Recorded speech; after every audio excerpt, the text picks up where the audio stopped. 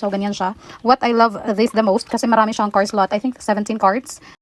Alright guys, for this video is share ko lang sa inyo yung aking pagta-transfer or pagpapalit ng ating wallet. So, I have here 3 wallets and this is what I'm planning to use. The Micaela wallet na matagal na to sa akin, but still, I so love using this wallet. Kung kaya naman, even if we are using this right now, this is actually Michael Kors. Papakita ko lang at papasilip ko siya sa inyo how it actually looks like inside now. So, ganyan siya.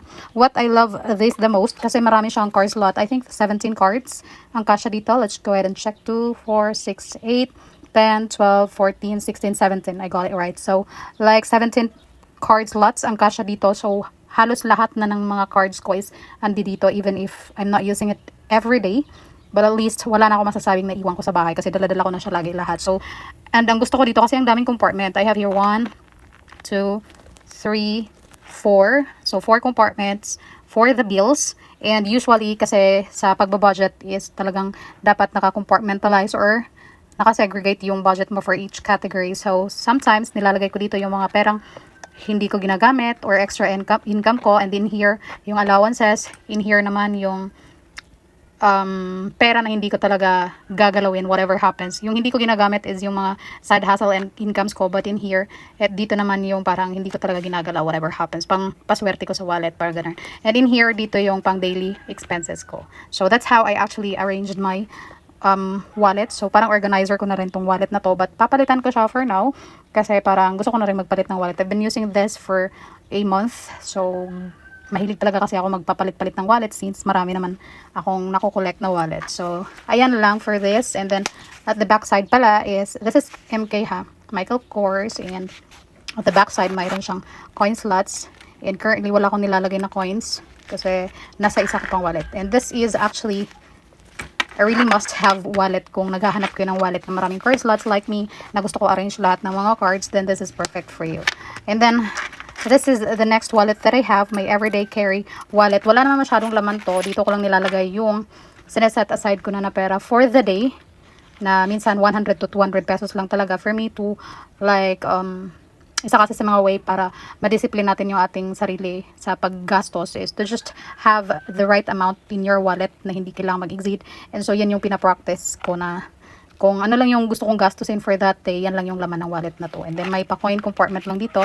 This is still from Micaela. Yung pa-crocodile skin nila na Micaela. And then, di siya nagbabakbak. I'm loving using this wallet also. And then, coin compartment, konti lang yung mailalagay. But hindi naman ako naglalagay ng marami din na coins. And yeah, may mga card slots din siya both sides. But wala ako masyadong card. Nilalagay ko lang dito yung PhilHealth card kasi kasya din siya. So that's what's just in here. And so, ita-transfer na natin yung aking mga gamit dito. And since sabi ko sa inyo matagal na to sa akin, meron na itong naiwan dito na parang, ito talaga yung parang gusto kong mantra. Money mantra, charot. So, ayan. So, I have here 1, 2, 3, 4, 5, 6, 7, 8, 9 card slots only. But, yeah, okay na din to.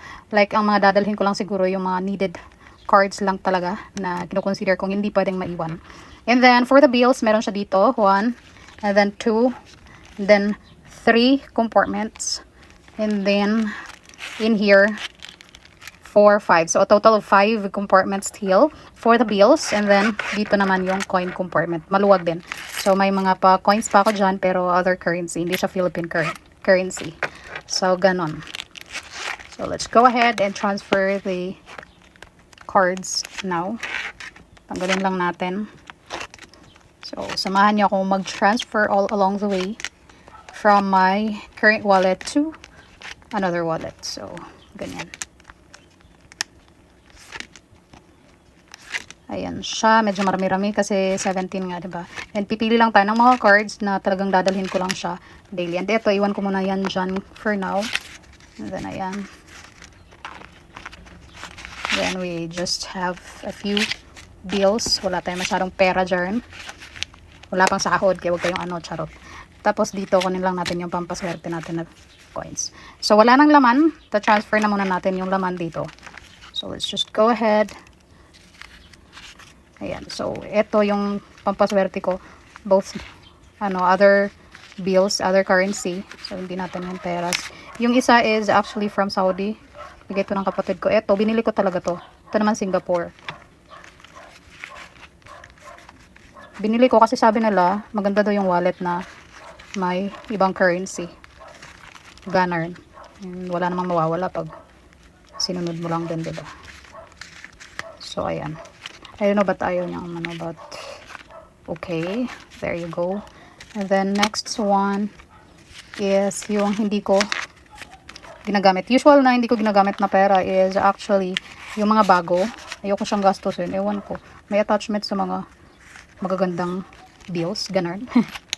And then, cards. Lagay na muna natin yung card CR dito. So, una natin to, yung ating SSSID, Pag-ibig. Mayroon akong AIM. And then, MaxiCare. So, yan yung mga importanteng card talaga. Ito naman yung mga ano lang to eh. Rewards card. So, ATM, meron tayo dito. Payroll. May GoTime ako. Then, mayroon akong BPI Bangko. And then, ito naman, other BDO. So, sa BDO. So, yan lang yon. And then, other cards in here are mga rewards cards na. But, I have here Cebuana, Palawan. And then, ito sa Co-op card. And then, may pa yun yung silver, Pajarna card, cleaning card. And then, loyalty card. So, I am planning to just put all of this card sa isa ko pang wallet. My go-to wallet, which is this. Ayan, kasi kasya naman siya dito. So, ganyan lang siya. Okay. And then, lagay na natin yung other bills in here. So, ito lang muna ngayon dito kasi wala pa tayong ibang pera. Yan lang yung mayroon tayo for now. Charot. And then, sa gitna naman, lagay natin to. Yung pampaswerte natin.